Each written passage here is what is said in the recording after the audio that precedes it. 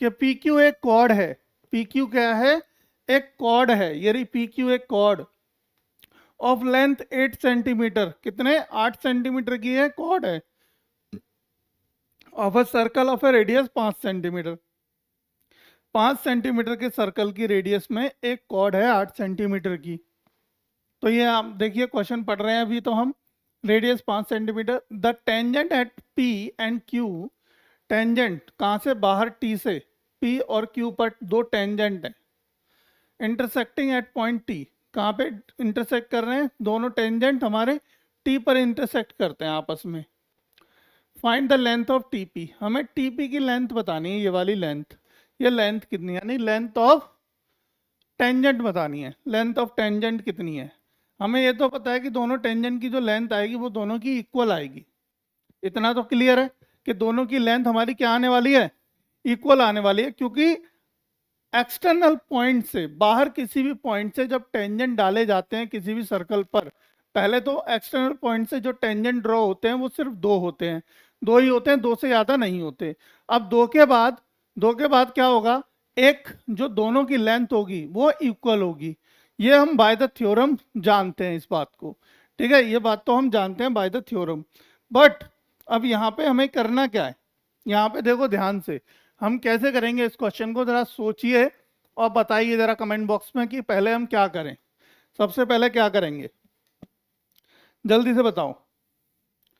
देखो यहाँ पे जो फिगर दिया हुआ है ऑलरेडी, तो यहाँ अगर आप देखोगे कि जो ओ आर है, ओ आर है, ठीक है, ये ओ टी कह लो या ओ आर कह लो, तो ओ आर बेसिकली क्या कर रही है?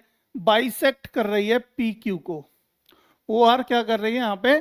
बाइसेक्ट कर रही है पी क्यू को। तो जब बाइसेक्ट करेगी तो इसका मतलब ये दो हिस्सों में बांट देगी, ये 4 सेंटीमीटर और ये भी 4 सेंटीमीटर हो जाएगा। क्लियर है ना? ये भी कितना हो जाएगा? 4 सेंटीमीटर। कौन सा? ये ऊपर वाला हिस्सा इतना और ये नीचे वाला हिस्सा इतना, दोनों अलग अलग की बात कर रहे हैं। तो ये भी हमारा 4 सेंटीमीटर हो गया और वो भी 4 सेंटीमीटर हो गया। जब ये 4 सेंटीमीटर, ये 5 सेंटीमीटर और ये बन गया एक राइट ट्राइंगल। क्योंकि जब बाइसेक्ट करेगा तो बाइसेक्ट कैसे करेगा? परपेंडिकुलर कह सकते हैं, हम कह सकते हैं कि ओ टी या ओ आर। ओ आर क्या है? परपेंडिकुलर है किस पे? हमारी पी क्यू पे। पी क्यू पे परपेंडिकुलर है, ठीक है? And so O R bisect P Q and O R bisect P Q. P Q को बाइसेक्ट कर रही है, तो कहने का मतलब पी आर बराबर होगा आर क्यू के। आर क्यू के, तो ये कितने के बराबर हो जाएगा? 4 सेंटीमीटर के। 4 सेंटीमीटर के, ठीक है? अब क्योंकि ये परपेंडिकुलर है, इसका मतलब एंगल यहाँ पे कितने का होगा? 90 डिग्री का। 90 डिग्री का होगा in triangle. In triangle O P R. O P R में देखेंगे आप, तो ओ पी आर में अगर मैं कहूँ कि ओ आर का स्क्वायर बराबर होगा किसके? O P square, O P के स्क्वायर माइनस पी आर के स्क्वायर के, है ना? तो ओ आर का स्क्वायर बराबर हो जाएगा 5 स्क्वायर माइनस 4 का स्क्वायर। किसके हो गए? 3 का स्क्वायर, सॉरी 5 हो गया 25 माइनस कितना हो गया हमारा? 4 चौक 16, कितना बचेगा? 9। तो ओ आर स्क्वायर बराबर आ गया 9। दैट मीन्स ओ आर की वैल्यू आ गई कितनी?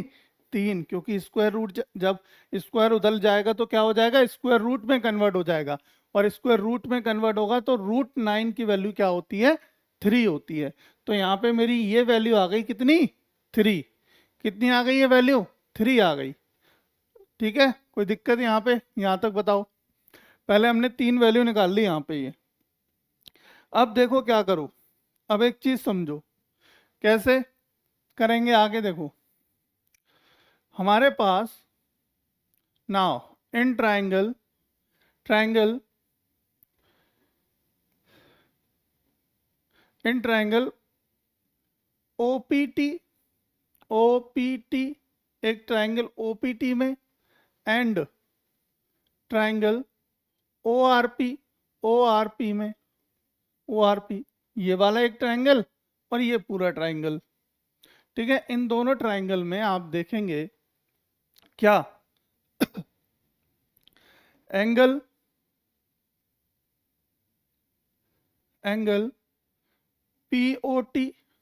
पीओटी बराबर है, ठीक है, या फिर टीओपी कह लो, एंगल टीओपी बराबर है किसके, आरओपी के, एंगल आरओपी के, है कि नहीं बराबर।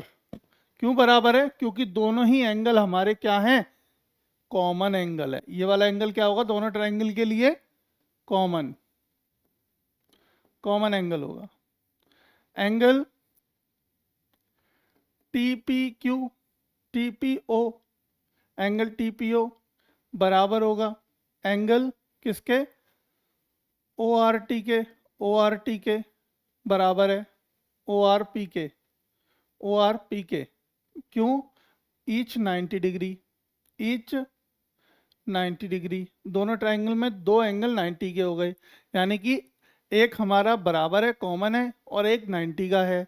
तो क्या हो गया, so by the property of a by the property of double a, दो एंगल, देखो क्या होता है, जब दो एंगल बराबर हैं किसी ट्रायंगल के, तो तीसरा एंगल भी बाय डिफॉल्ट बराबर होगा। क्यों, एंगल सम ऑफ प्रॉपर्टी से आप ऐसा कह सकते हो, एंगल सम प्रॉपर्टी से आप ऐसा कह सकते हैं। So by the property of angle a, similarity both the triangle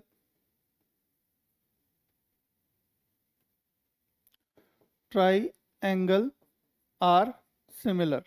तो हम कह सकते हैं ये क्या होंगे, दोनों ट्रायंगल हमारे सिमिलर हो जाएंगे।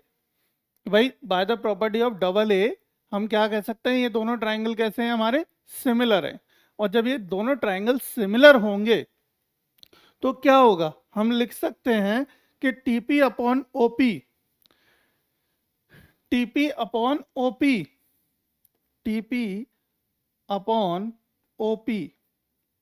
या फिर पीओ बराबर होगा, टीपी अपॉन ओपी, हमें क्या निकालना है, टीपी निकालना है ना हमको, तो टीपी निकाल लेंगे, कोई दिक्कत थोड़ी है, हमें आराम से निकल जाएगा टीपी, ठीक है।